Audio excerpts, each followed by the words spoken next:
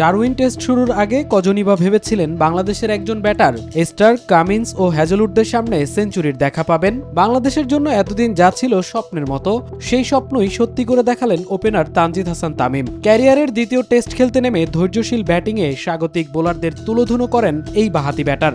8টি 4 ও 1টি ছক্কায় এই সেঞ্চুরি তুলে নেন তিনি। দ্বিতীয় টেস্টেই সেঞ্চুরি পেয়ে উচ্ছ্বাসিত এই ক্রিকেটার। ফার্স্ট অফ অল আলহামদুলিল্লাহ, খুব ভালো একটা দিন পার করছি আমরা। আমাদের প্ল্যানিং এটাই ছিল যে প্রথম সেশনটা কিভাবে আমরা কাটাইতে পারি। তো ওরাও অনেক ভালো বোলিং করছে, তো আমাদেরও চেষ্টা ছিল যে আমরা এক্সট্রা কিছু করব না।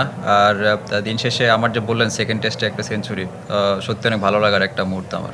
ভাগ্য এদিন সঙ্গ দিয়েছে এই ওপেনারকে, দুইবার পেয়েছিলেন জীবন। ক্যারিয়ারের প্রথম সেঞ্চুরি তুলে ইনিংস থেমেছে 101 রানে। তানজিদের আগে 2006 সালে ফতুল্লা স্টেডিয়ামে অস্ট্রেলিয়ার বিরুদ্ধে সেঞ্চুরি করেছিলেন শাহরিয়ার নাফিস। তবে ক্যাঙ্গারুর দেশে কোনো বাংলাদেশি ব্যাটার হিসেবে এটিই প্রথম টেস্ট শতক। তানজিদের এই ইনিংসে সঙ্গ দিয়েছেন অধিনায়ক নাজমুল শান্ত।